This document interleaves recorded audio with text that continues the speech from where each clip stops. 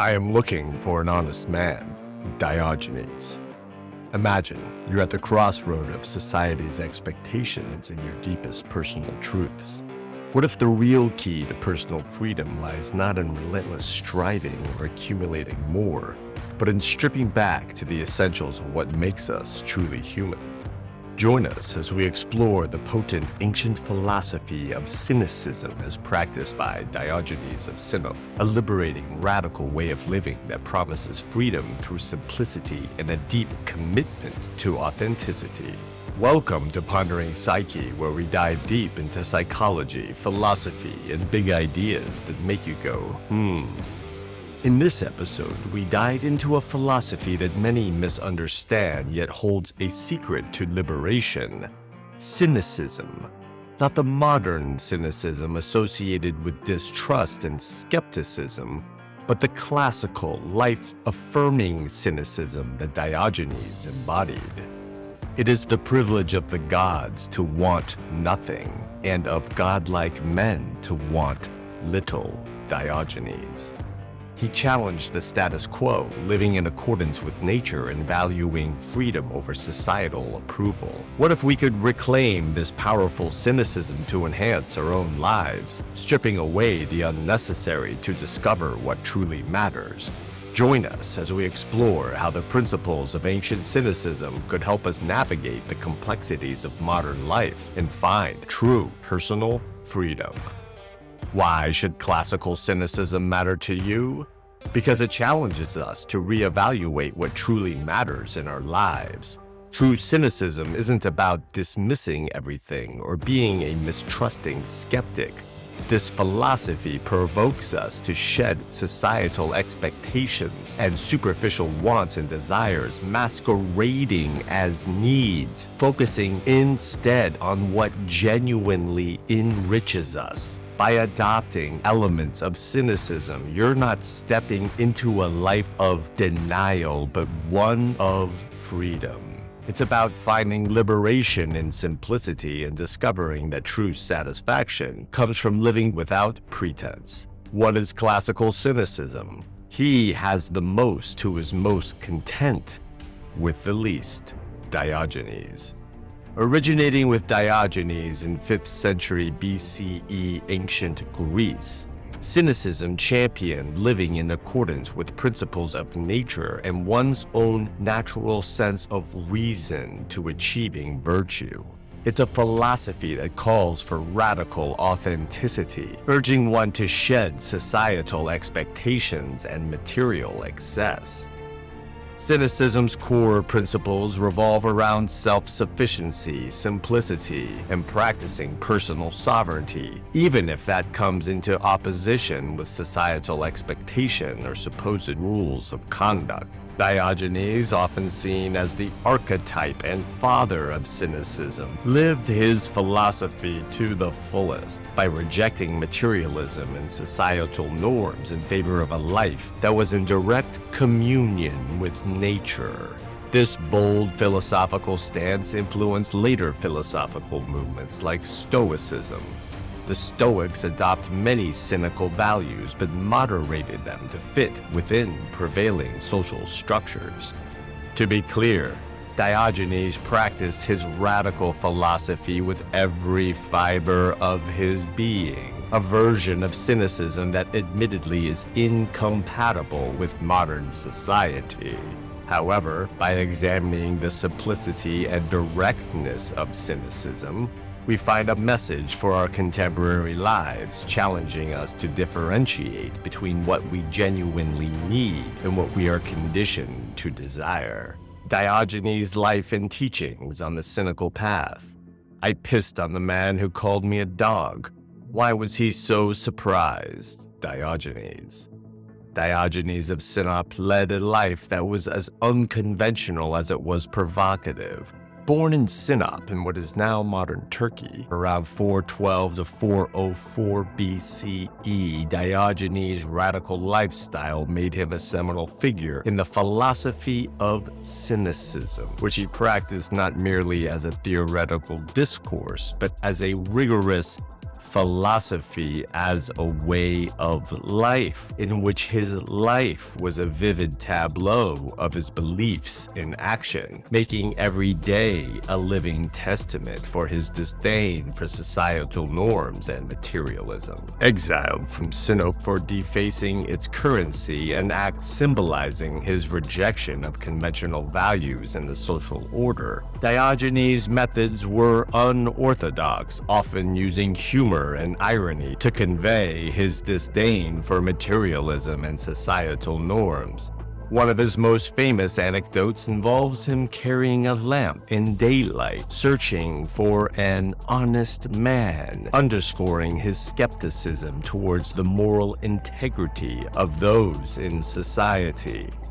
His radical honesty and disdain for material wealth were epitomized when he chose to live in a large ceramic jar, rather than a conventional house, embracing poverty as a virtue.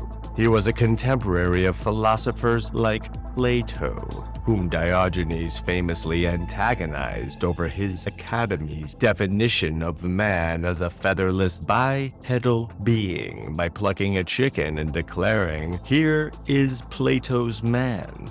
Diogenes. Recognizing Diogenes' unconventional wisdom, Alexander the Great was reported to have said, "Had I not been Alexander, I should have liked to be Diogenes." Alexander the Great.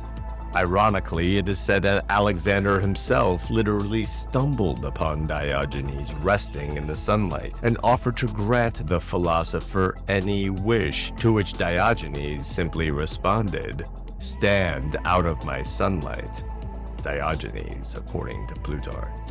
Diogenes' death was as unconventional as his life. Legends say he died by holding his breath or became ill after eating raw octopus. No matter how he died, his life as a philosopher offers a compelling insight into how the principles of Cynicism can serve as a practical guide to authentic personal liberation. As we arrive at the midpoint of our exploration into the liberation of cynicism, Pondering Psyche asks that if you're getting value out of discussions like this, that you please like, subscribe, and share this content with others so we can continue producing explorations of humanity's greatest philosophical, psychological, intellectual ideas. Misunderstandings and modern interpretations. Other dogs bite their enemies. I bite my friends to save them. Diogenes, quoted by Stobaeus.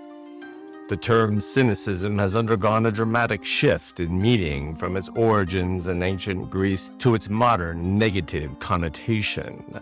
Over the centuries, cynicism, spelled with a lowercase c, has come to be associated with a pessimistic attitude marked by distrust and a belief that people are motivated purely by self-interest. How did the name of this virtuous philosophy become associated with such a pessimistic concept? The term cynicism originated from the Greek words kynikos, meaning dog-like, and kion, meaning dog. This name stemmed partly from the place where the first Cynic, Antisthenes, taught, the place of the white dog. But the term also embodied a deeper metaphor. Cynics were considered dog-like, not just for their aesthetic living, but for their fierce loyalty to philosophical truth. Early Cynics, including Diogenes, were likened to dogs, initially as an insult due to their brazen rejection of societal norms that mirrored the unabashed feral nature of dogs. Diogenes, famously known as Diogenes the dog, took pride in this comparison, proclaiming that unlike other dogs that might bite out of malice, he aimed to bite his friends into salvation, using his sharp wit and stark lifestyle choices as his teeth.